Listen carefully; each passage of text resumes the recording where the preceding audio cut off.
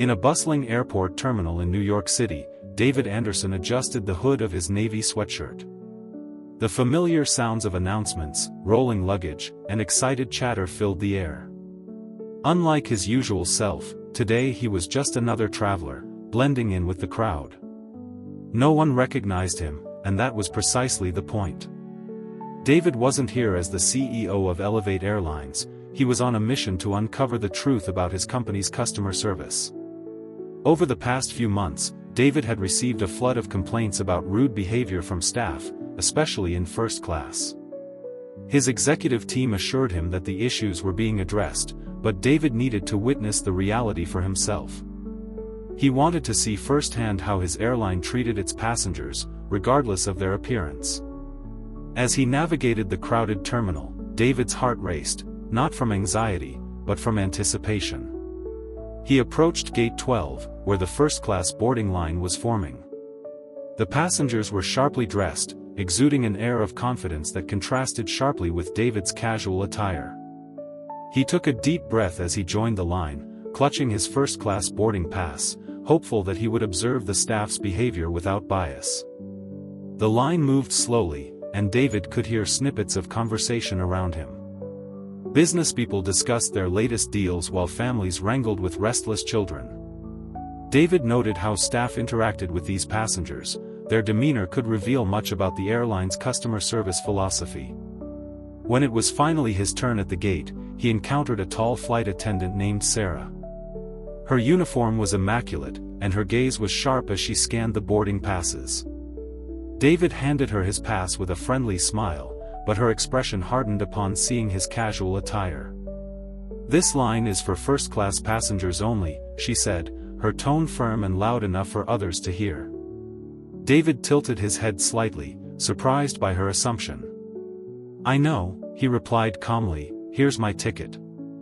Sarah took the boarding pass, scrutinizing it as if it were forged. Her lips pressed into a thin line as she handed it back to him. "I think there's been a mistake. Upgrades like these are usually for promotions or special events. Economy boarding is over there," she said, pointing toward a crowded line. Taken aback, David felt a rush of frustration.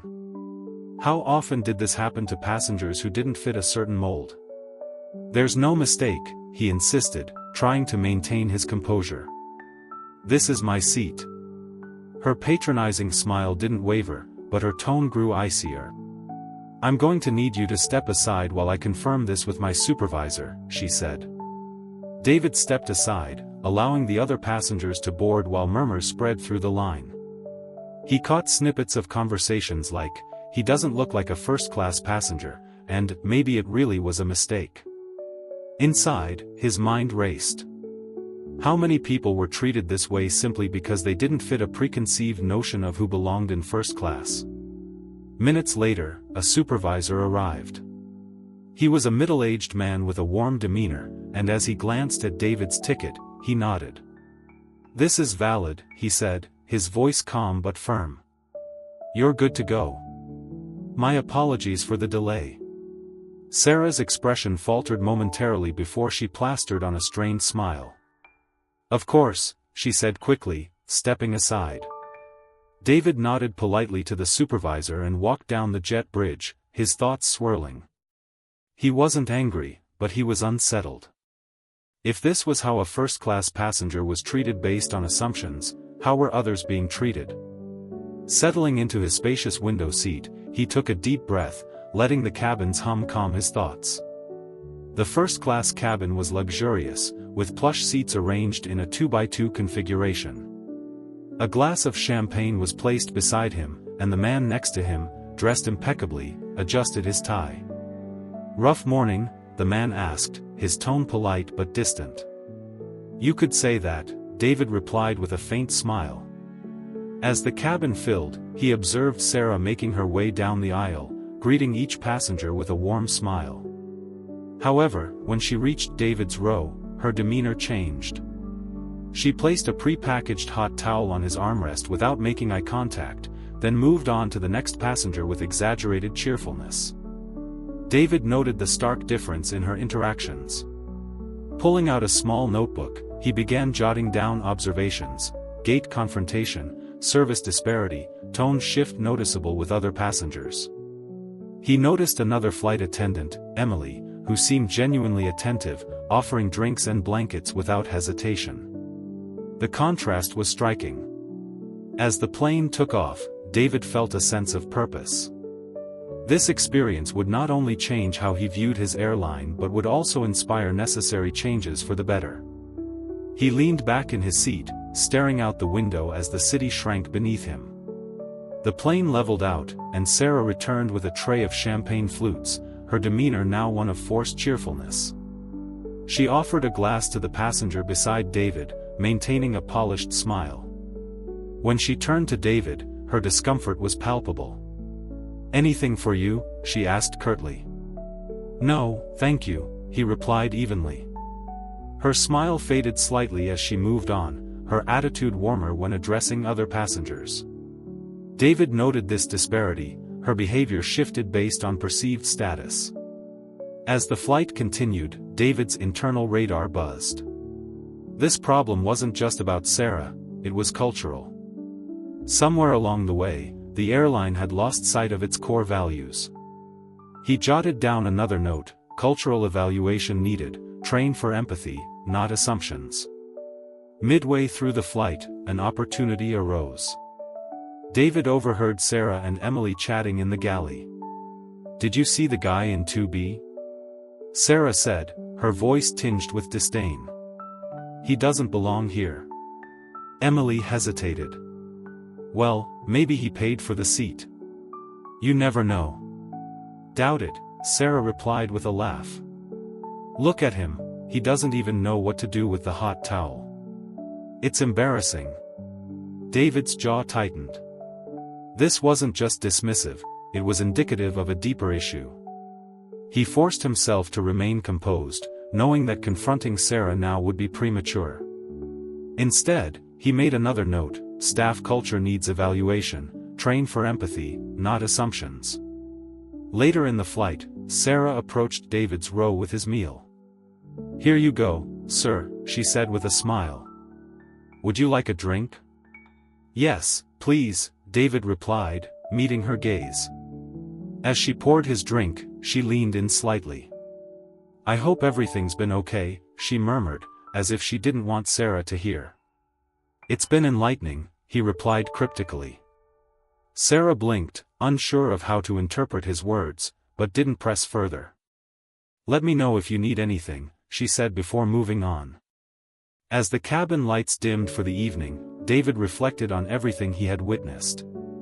The behavior he observed wasn't isolated, it was a symptom of a culture that prioritized appearances over respect.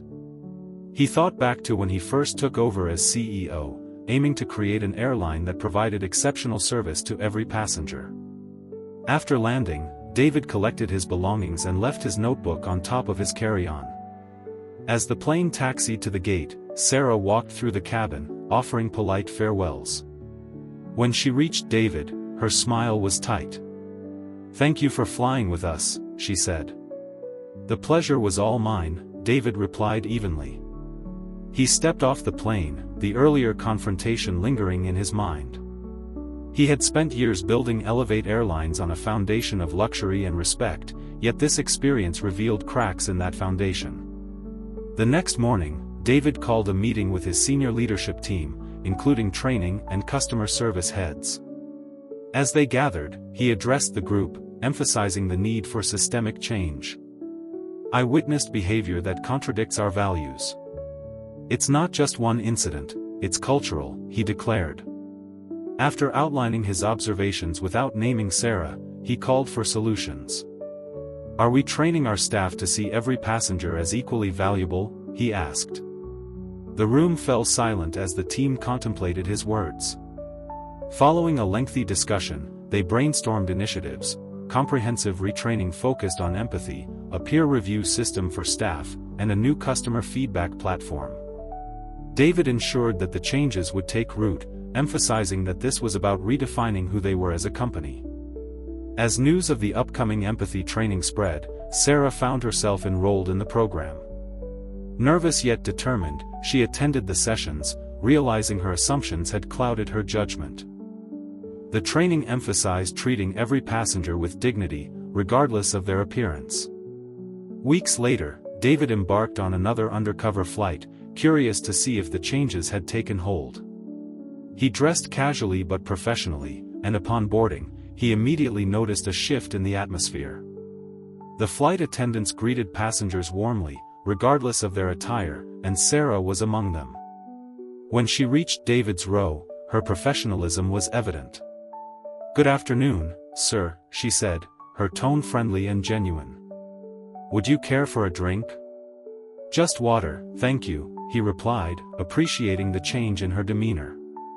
Throughout the flight, David observed Sarah engage thoughtfully with all passengers, embodying the values he had hoped to see. After the flight, David approached Sarah, thanking her for the excellent service. Surprised by the compliment, she expressed her gratitude, and he encouraged her to keep up the good work. As the months passed, the transformation at Elevate Airlines became evident. Passengers praised the airline for its exceptional service, and Sarah stood out as a model employee who embraced the company's values. David felt a sense of pride as he reflected on the journey. The changes had begun with one flight and a CEO committed to change, ensuring that every passenger felt valued and respected. The culture of Elevate Airlines was evolving, and it was just the beginning of a brighter future.